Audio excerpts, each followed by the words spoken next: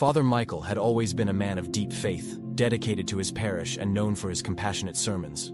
His life, spent in quiet service at the local Catholic Church, was one of unwavering belief in the promise of eternal salvation and the eternal damnation that awaited those who strayed from God's path. For years he had preached about the reality of heaven and hell, warning his congregation of the torments that awaited sinners in the infernal realm. Yet nothing in his long career, no sermon or act of penance, had prepared him for the horrifying journey he was about to experience firsthand. It was a cold winter evening when Father Michael's life took an abrupt and dramatic turn. While preparing for the midnight mass, he was suddenly seized by an excruciating pain in his chest, a pain so intense it brought him to his knees. As he collapsed on the cold stone floor of the rectory, time itself seemed to slow. In that final moment, his thoughts were not of fear for himself, but rather of a prayer for forgiveness for those he was leaving behind. He had always believed that the light of God would guide him, but nothing could have foretold the fate that awaited him that night. As the paramedics rushed him to the hospital, fighting desperately to save his life, Father Michael's consciousness began to waver. In the sterile brightness of the operating room, as doctors and nurses worked frantically to revive him, he felt his soul detach from his earthly body. Floating above the chaotic scene, he observed himself lying motionless, and for a fleeting moment, a sense of calm and detachment embraced him. He believed he was being lifted toward the divine light he so often described in his sermons, a light that promised salvation and eternal peace. However, that comforting light was not to last. Without any warning, the gentle radiance faded into an oppressive darkness.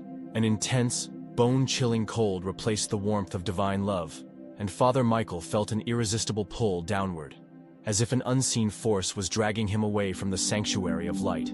The transformation was so sudden and complete that his mind could barely grasp what was happening. The room, the faces of the medical staff, even the distant hum of machines, all melted away into a void of terrifying shadows and despair. Before he knew it, Father Michael found himself descending into a realm that defied human understanding. As he fell through layers of darkness, the echoes of anguished screams began to reach his ears, distant, yet growing steadily louder with every passing moment. These were not the cries of this earthly realm. They were tormented wails from a place far removed from the peace of heaven. The deeper he descended, the more he realized that he was not drifting toward salvation, but rather being pulled into an abyss of unending torment. When he finally came to a stop, Father Michael found himself in a nightmarish landscape that he had only ever described in his most somber homilies.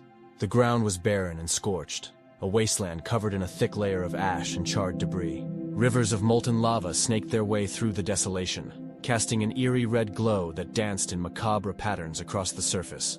The air was heavy with the stench of sulfur, so overpowering that it threatened to suffocate him, and the oppressive heat made every breath feel like inhaling fire. As he began to explore this infernal realm, Father Michael was struck by the overwhelming scale of suffering that surrounded him. Everywhere he looked were souls trapped in endless agony. Some were encased in flames, their faces twisted in eternal torment. Others were subjected to the relentless cruelty of hideous horned demons who appeared to take a perverse pleasure in their victims' despair. The cries of these lost souls, filled with regret and hopelessness, created an atmosphere of despair that was almost tangible. Among the myriad of tortured figures, Father Michael recognized several faces members of his own congregation who, during their earthly lives, had turned away from the teachings of the church. He saw a wealthy businessman, notorious for his indifference to the suffering of the poor, now shackled in unyielding chains and forced to endure an eternity of punishment. He saw a proud and haughty woman, once so full of vanity, now lying broken and ignored as demons sneered at her fall from grace. But the most heartbreaking sight was that of a fellow priest, a man he had admired and trusted, who had secretly strayed from the righteous path. That priest, now a broken and remorseful spirit, reached out to Father Michael with pleading eyes, begging for a forgiveness that could never be granted in this forsaken place. Amidst the relentless suffering, an even greater terror revealed itself. Without warning, the very ground beneath Father Michael trembled as a towering, ominous figure emerged from the darkness. The figure, exuding an aura of sheer malevolence, was unmistakably the embodiment of Satan. His eyes burned with an infernal fire, and his presence radiated a palpable sense of dread and contempt.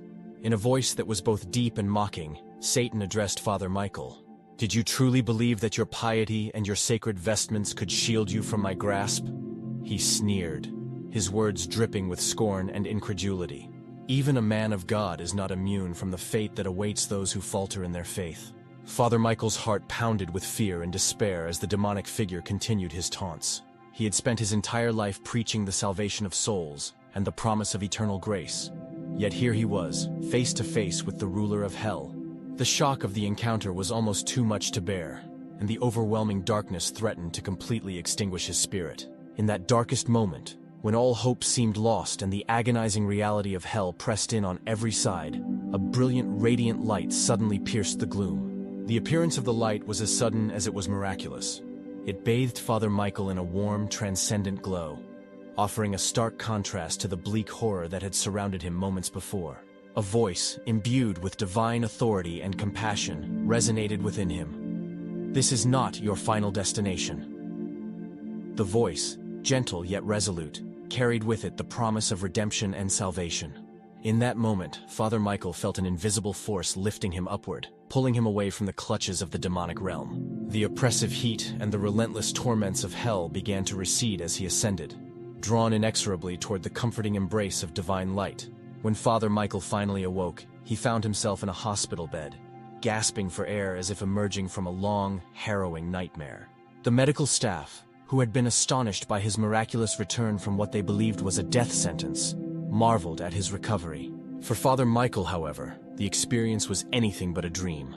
It was a vivid, undeniable encounter with the realities of the afterlife, a journey through the depths of hell that had left an indelible mark on his soul. In the days and weeks that followed, Father Michael underwent a profound transformation. No longer could he view the concepts of heaven and hell as mere abstractions to be discussed in sermons. They had become tangible realities etched into his very being.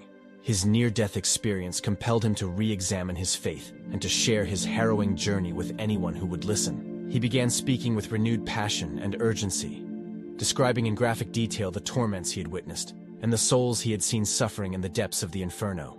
He explained that hell was not merely a metaphor for moral decay or a tool for instilling fear, but a real and present danger, a realm where the consequences of earthly sins were met with unrelenting divine justice.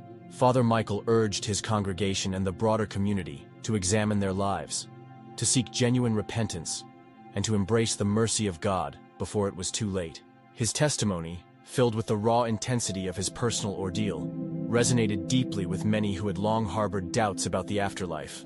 Despite the dramatic and sometimes controversial nature of his account, Father Michael's story began to spread far beyond the confines of his small parish.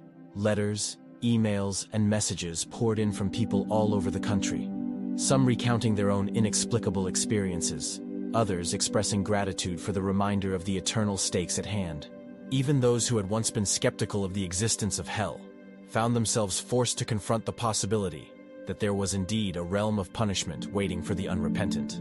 Father Michael's message was not one of despair, however. While he spoke candidly of the horrors of hell, he also emphasized the boundless mercy and grace of God.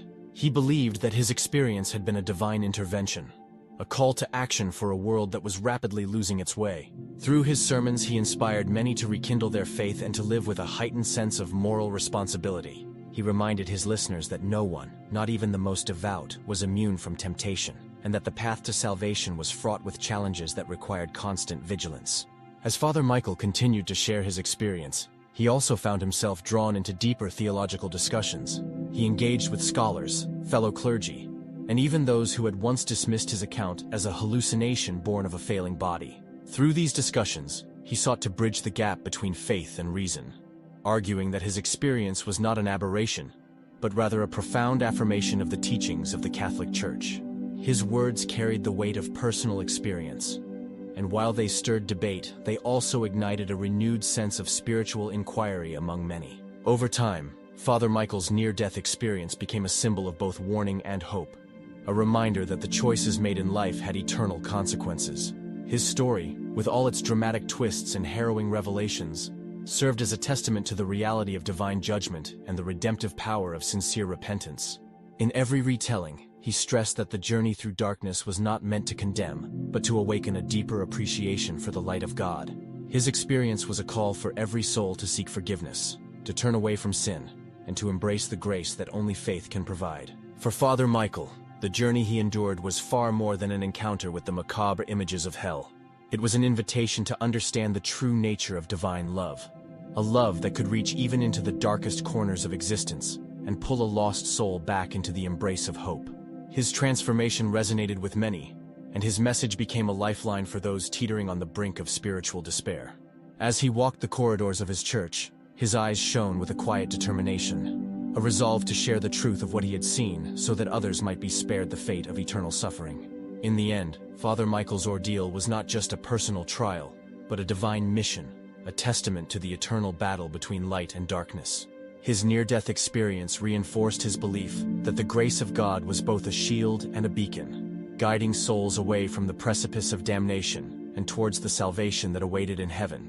With every word he spoke, Father Michael reminded his listeners that hell was not an abstract myth, but a tangible reality, and that the choices made on earth determined whether one would be embraced by divine mercy or cast into the unending fires of punishment. This account, steeped in both terror and hope, became a clarion call for those who sought to understand the mysteries of the afterlife. It challenged people to reflect on their own lives and to recognize that the pursuit of holiness was a continuous, deliberate effort, a journey fraught with peril, but illuminated by the promise of redemption. Father Michael's experience left an indelible mark on his soul and on the hearts of those who heard his testimony, a reminder that even in the face of the most unyielding darkness, there is always a path back to the light of God. By sharing his story, Father Michael not only affirmed his own faith, but also provided a powerful narrative that resonated with countless believers across the nation.